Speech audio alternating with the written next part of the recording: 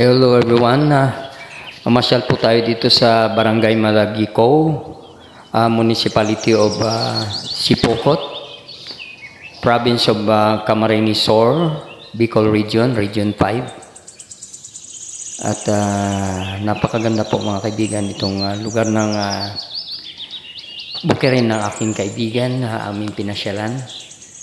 Napaka-presko po ng hangin, samot-sari po ang mga tanim. Tingnan niyo po, mayroong mga wild orchids. Katatapos lang po mag-bloom ng flower. Napakaganda po mga kaibigan. At maririnig mo po yung mga huni ng ibon na talaga namang nakakaaliw mga kaibigan, nakakamangha. Sariwang-sariwang hangin mga kaibigan. Preskong presko. Malayo-malayo sa Maynila mga kaibigan na napakainit, lalo na sa mga panahong ito na napakainit ng ating summer mga kaibigan, na umaabot tayo sa 47, 45, 47. So ayan po, napaka-presko po, samut-sari mga pananim, marami pong fruit bearing trees, marami pong mga niyog mga kaibigan, at may mga halamang mga anahaw. Ayan po ang anahaw mga kaibigan. Napakatahimik nitong lugar na to. Wala kang maririnig ng mga sasakyan, walang mga usok na sasakyan, walang polusyon. Ayan po ang anahaw mga kaibigan. Napakagandang pagmasdan, hindi po ba? National leaf po yan ang Pilipinas kung hindi ako nagkakamali. Anahaw leaf, anahaw plant. Marami pong nagagawa dyan mga kaibigan. Nagagawa pong salakot yan, sombrero. Pwede rin pamdingding ng bahay o pampang bubungan. Ihahabi lamang po yan. So napakaganda po mga kaibigan.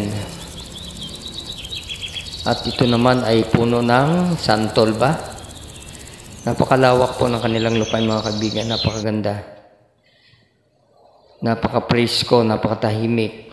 Talagang hinahanap mong kapayapaan dito mo matatagpuan. Napakasarap ng simoy ng hangin. Parang ang sarap matulog dito mga kaibigan. Masarap magtayo ng bahay kubo dito sa gitna. Para pagtanghali, andito ka sa ilalim ng mga puno, nasa loob ng bahay kubo. Napaka-presko, napakatahimik. Wala kang maririnig ng karaoke. Wala kang maririnig na maingay. What a peaceful place. I really love this kind of place. Hoping someday I can have a small part of land. Hopefully, I keep on praying to our Father in heaven na magkaroon ako ng ganito farmland mga kaibigan.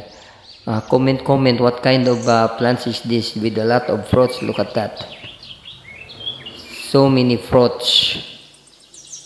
There you are. See, if you are looking for a place, a very quiet place, a very solemn place, fresh air, you can't hear any sound of cars, no pollution. All you can hear is the singings of birds, different kinds of birds, and the air is so fresh and the place is so cold. So what are you looking for? Di po ba yung ganito? Tahimik mga kaibigan. Walang pollution, walang ingay. A very quiet place. This place is very good for retreat. Look at that. Wow, I love this place. With lots of birds singing, you can hear it.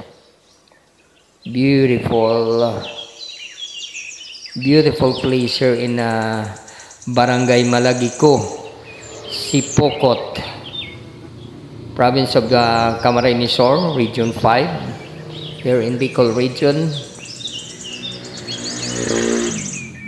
Napakaganda po mga kaibigan, napakatahimik.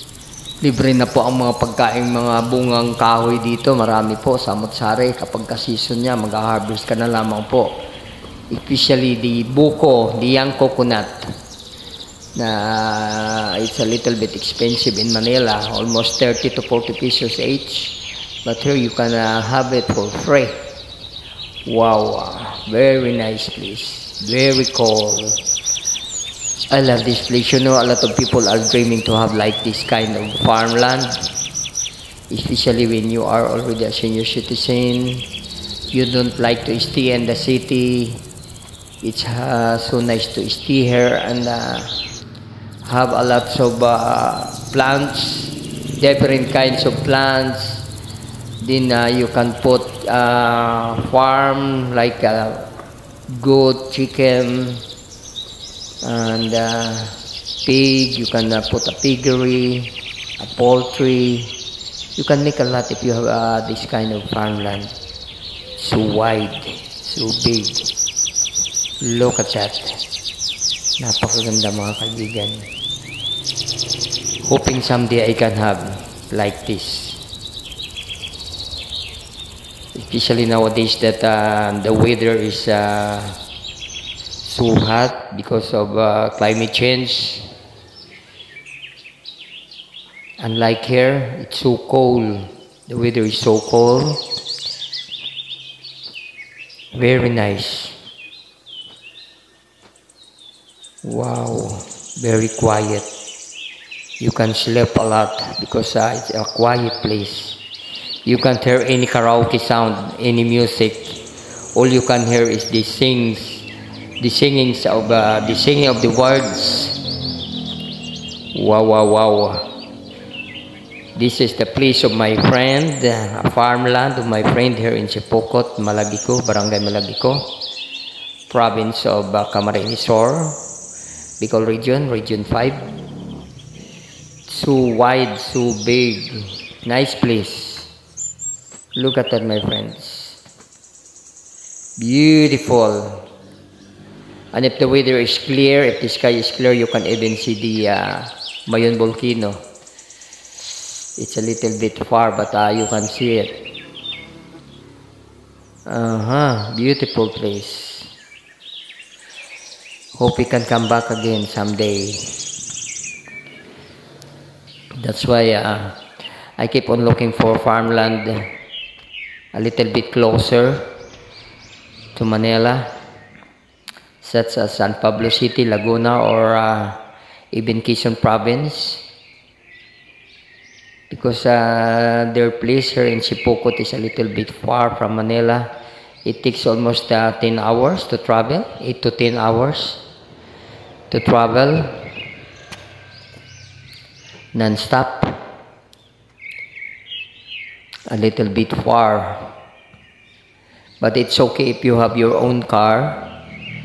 So easy to travel because the road are very nice, so easy to travel. It's almost cemented already, and very nice place. Okay, my friend, thank you for watching. Please don't forget to subscribe, like, and share, and hoping someday I can have this kind of farmland, even just a small one. It would be okay. Okay, again, bye-bye. God bless, and take care, everyone. Hanggang sa muli, hanggang sa susunod na mga vlogs. Adios!